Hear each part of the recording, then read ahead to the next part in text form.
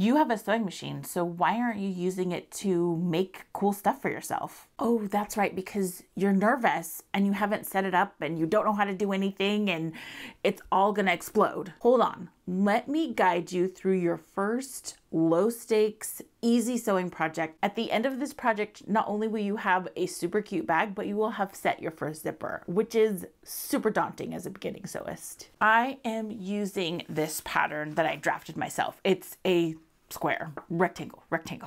It's a rectangle, but let me show you how I drafted this pattern. I have this really cute vintage 7-inch metal zipper that I'm gonna pop open here. These old zippers all come with instructions. Save these instructions because they're really helpful. Just put it on your wall in your sewing room, or if you don't have a sewing room, put it with your patterns and stuff. Keep a hold of this. It's treasure. Prying this apart is always an ordeal. There we go. Let's measure the zipper. The actual zipper part of the zipper is about 7 inches long. What I'm doing is only measuring the metal parts of the zipper. It's a metal zipper because it's old. So what I'm going to do is I'm going to make my pattern piece include seam allowance. So my actual zipper part is 7 inches. I'm going to add an inch to that. So my paper is going to be about 8 inches long. I think that's what this is. Oh, it's 8.5. I can make it 8.5. It's fine. It'd be better if I made it 8.5 or 8.25 because I don't necessarily want to have to stitch way up close to these metal bits. It breaks your needle and stuff like that. And it's kind of annoying. So I'm going to say, yeah, let's do 8.25 for this zipper. Think about that for yourself while you're making yours. What is the length of your zipper? That's the only thing that's restricting the size of your bag. The zippy openy part.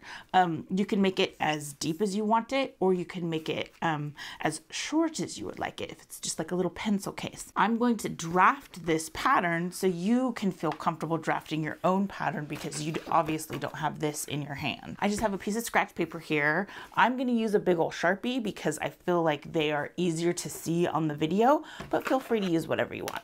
Okay, so I said 8.25 because it gives me a little wiggle room as I make this bag. Okay, now my needle's not going to hit any metal bits. I'm going to do 8.25. As you can see, I'm not drawing straight up from this little hash mark of 8.25. So this old pattern is 5.5. That means my finished bag is going to be 4.5.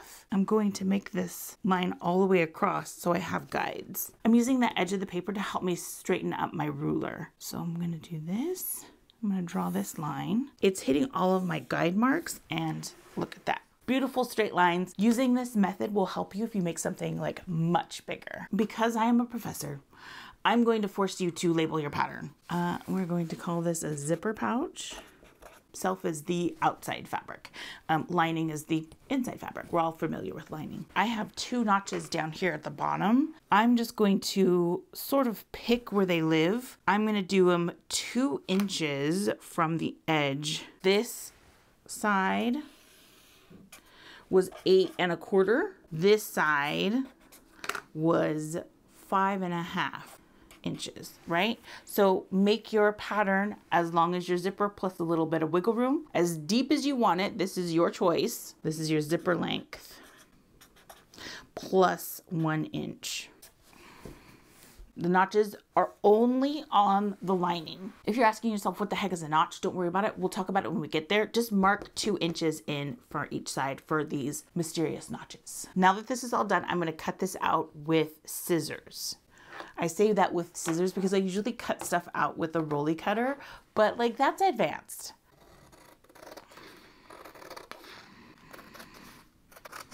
Look at that. This line here is grain line, which is important. If you have questions about grain line, please let me know. Oh my gosh. Just let me tell you about grain line. Please, somebody asked me. Whoa, I will draw my ruler. I'm so excited. We will need 2 fabrics for this project. This is my lining fabric. I chose it because it's bright.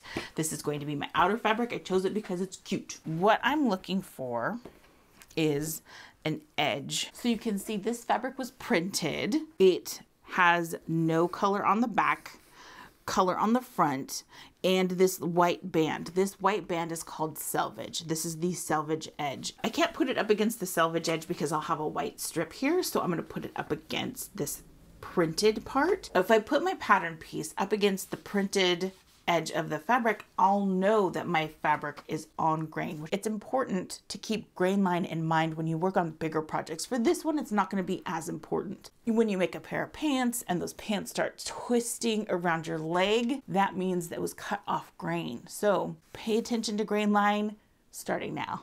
I'm going to fold this.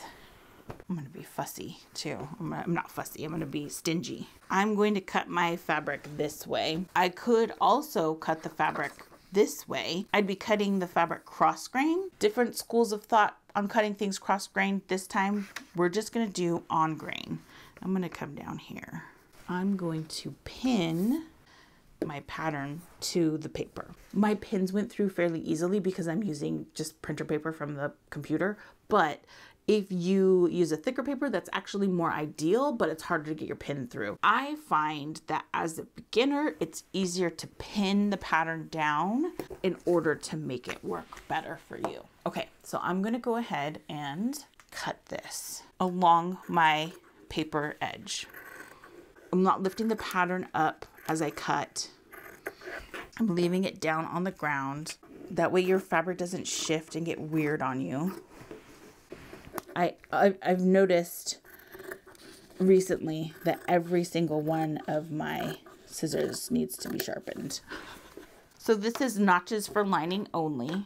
I'm actually going to cut with my paper scissors here. I'm going to use Sharpie so you can see it in the camera, but you would use a chalk or an actual pencil. I don't usually like to cut into my notches. That's another method. You could just cut these. I don't necessarily like to do that because I like to keep my seam allowance intact. It's completely up to you how you want to do it. I've cut my lining, but it's all still attached. I'm just gonna remove all these bad boys. This one doesn't have a selvage edge, but again, I can just kind of pick what I want. I'm gonna put this kind of here. So I have this lovely, fun kind of border on both sides.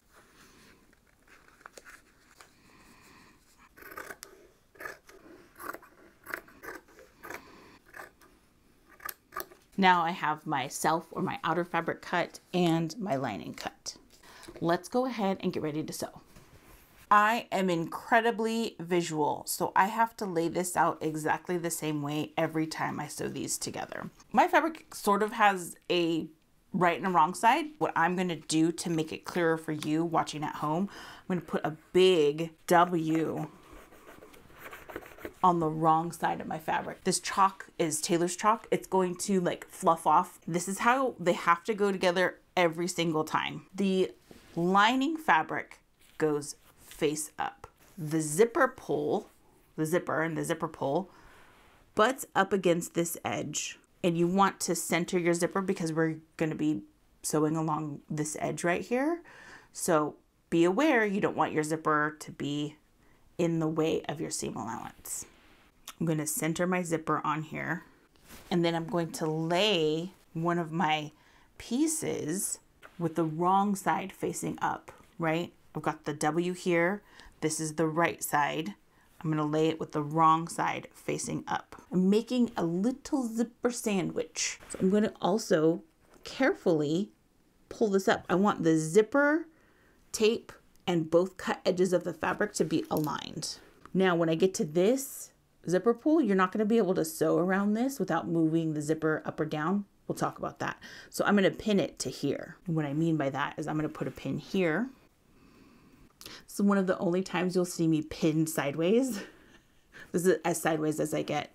I usually pin uppy downy, which is a technical term, and I'll show you when we get there. Okay, my two other pieces that I have, I'm just going to set those aside because we're going to do this again on the other side. Let's set up the sewing machine. I need to adjust the needle position on my machine while we sew this zipper. So find on your specific machine where needle position is.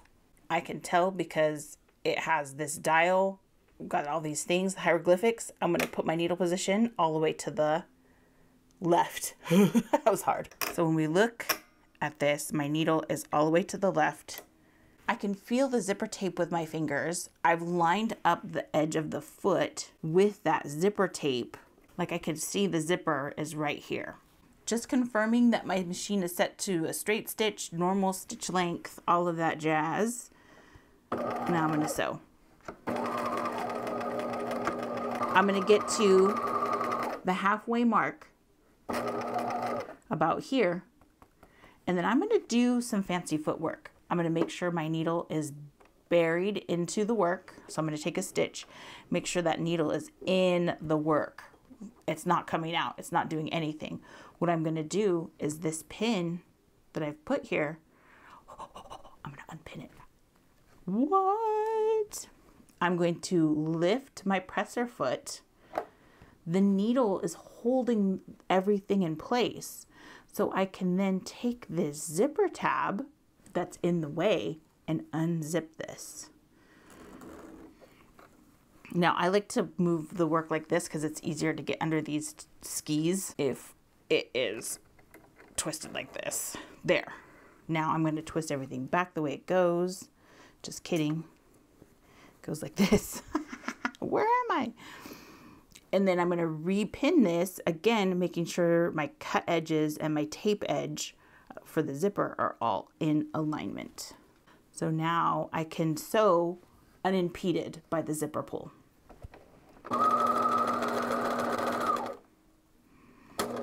Cut my threads. Let's check and see. Woo-hoo! That zipper now is caught inside of that seam here. What I'm going to do now is zip the zipper back up.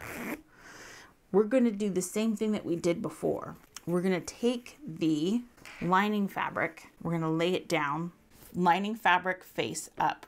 Again, just do it the way I do it because I can't come to your house and help you if we do it wrong accidentally. Zipper up. So I'm making sure that my cut edges are aligned here, here, and here. Hopefully the rectangles are similar enough shape that it's the same way for you too. I'm going to move this out of the way.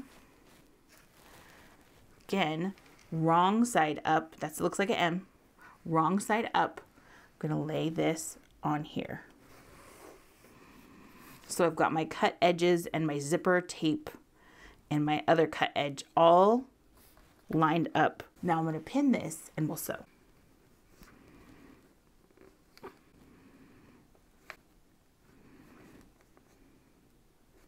My zipper pull is here, so I'm going to go ahead and preemptively unzip it.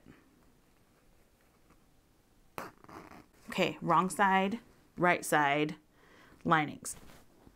We're good to go.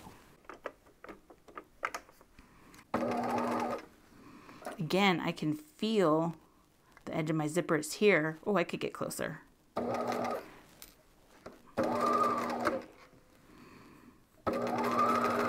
Ooh, I went a little too far. It's fine. It's just going to be very exciting. Needle into the work. Got to zip the zipper. I'm going to have to unpin this side too so I can get in here. Ah, it's not too bad. Now that I peel everything back, I'm going to zip the zipper up. Woo. Realign those edges. And then keep sewing. We're almost halfway done. Fancy sewing time. What we're going to do is a top stitch just to make this look more professional. So I have my lining and my top fabric here. I'm going to push them down. You would press this. Let's pretend I did. Now that I've pressed this, what I'm going to do is top stitch along this edge. We're not doing it to hold anything together. I am literally just stitching these 3 layers together. The upper fabric, the zipper tape, and the lining fabric all together. I'm stitching those all together so it looks cleaner, nicer, finished on the outside of the bag. Top stitch is close to the edge of your folded fabric here, so it's close to this edge. Right here, there's this inside edge. I run the edge of the folded fabric, so it's this edge is going to that edge inside here. Watch as I do this. And I haven't adjusted my needle position yet either. I'm just going to leave it as is. Oops, nope, I'm going to adjust my needle position right now. So I'm going back to a center zipper position because it was too close to the edge. There we go, that's better. Do a back stitch and then go all the way across. So my zipper pull looks like it might be in the way. So again, bury the needle, zip up the zipper, and then keep going. And this side's done. I'm gonna go ahead and do this side right away. So you can see here I've got these two really nice rows of top stitching. It's completely decorative. We're not holding anything together except for all three of these layers. This is what it looks like on the inside. Let us sew our bag together. It's got these raw edges and all of this, like, you know, it's not finished anywhere. What you're gonna do is put your lining sides together, lining up the edges, and then you're going to put your right sides together. Right, so we've got this kind of like weird book sort of shape. I am going to make sure, double make sure, I'm going to open this up, make sure that my zipper is open to half. If you don't do that, as you stitch this step, you will make a weird pillow because you can't undo the zipper. We are going to sew all the way around all of the edges, leaving open just where our notches are on the lining fabric. What does that mean? How does that look for us? What we're going to do, fold the zipper tapes here towards the lining and smash that zipper tape together. And I'm going to put a pin here. I'm going to, again, look at my zipper. I'm going to fold that zipper tape to the inside of the lining. So it was like that. I'm going to fold it to the inside of the lining. So it's like that. And then fold this lining down, making sure my edges are correctly aligned. There we go. I'm going to put a pin here. So I've got a pin here and a pin up here, kind of holding the bag together. Now I'm going to pin the cut edges of the fabrics. So we'll put some pins in. I like to pin uppy downy, personal preference.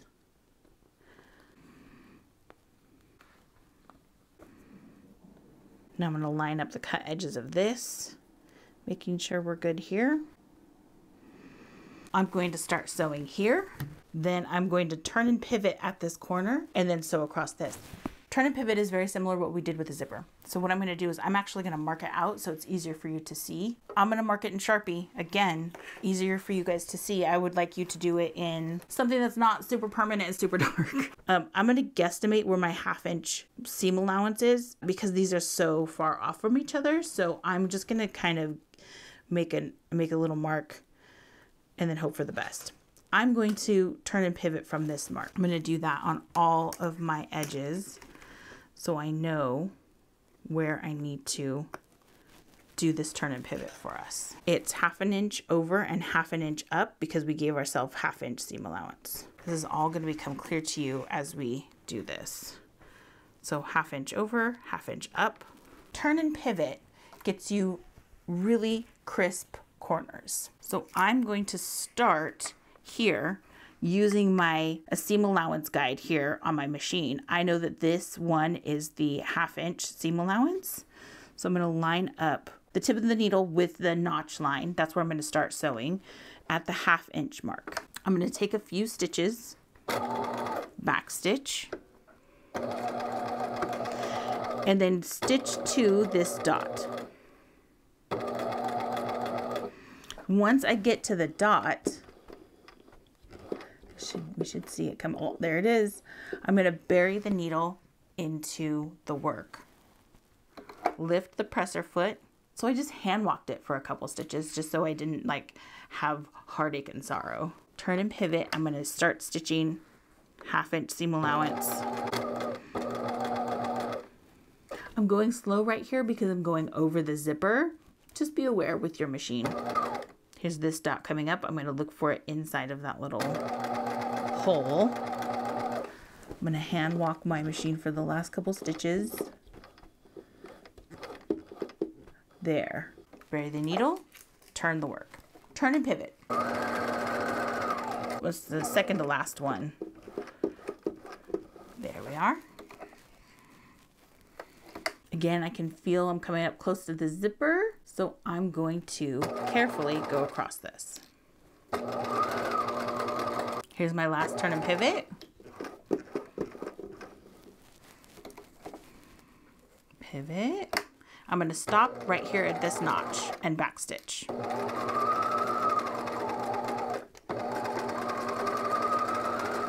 There. Now that I have this all sewn up, I've got this nice hole here to get inside of the bag, but before we can turn it right side out, we got to trim the edges. So I like to do a sideways cut like this, then angled like this, and angled like this.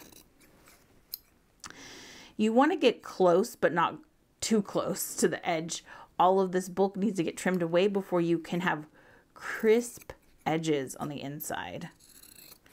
Otherwise, all this bulk would live in that corner. Full disclosure, I don't have my iron set up, so I don't think I'm gonna iron this. It'll all be okay in the end. This is just my experiment one, but normally if I had my iron set up, what I would do is I would pop a little rolled up towel in here and then press all these seams open just so it looks good, but maybe I'll just do it with my hot fingers since my iron is not set up. Now comes the magic. You're going to unbarf all of your bag out this little notch made hole. And you're like, oh, my bag is inside out. It sure is. So we're going to go like this. You can get in here and poke these angles out. Poke out all these, not angles, corners. Poke out all your corners. I'm just using my finger to get in here. Now our bag isn't done because we have this big hole on the inside of our lining. In order to fix that, we're going to then pull the self out of the lining. This wants to fold in because of the seam that we've done already for the 2 inches on the side. So what I'm going to do is I'm going to tuck that in and then hold it closed with the pins. What's great about this is on the lining. We won't see it on the outside of the bag, but we can still close this. I'm going to stitch across the bottom to make it look like it's on purpose and not like we're doing something secretive. Remember, top stitch is very close to the edge, so figure out what that means to you on your machine. Back stitch. My friends, this is a finished bag. Look at how cute that turned out. Let's get these threads out of here and it'll be extra cute. Very nice. You just finished your first, or maybe first in a long time, sewing project. If you share it with the world, tag me on Instagram.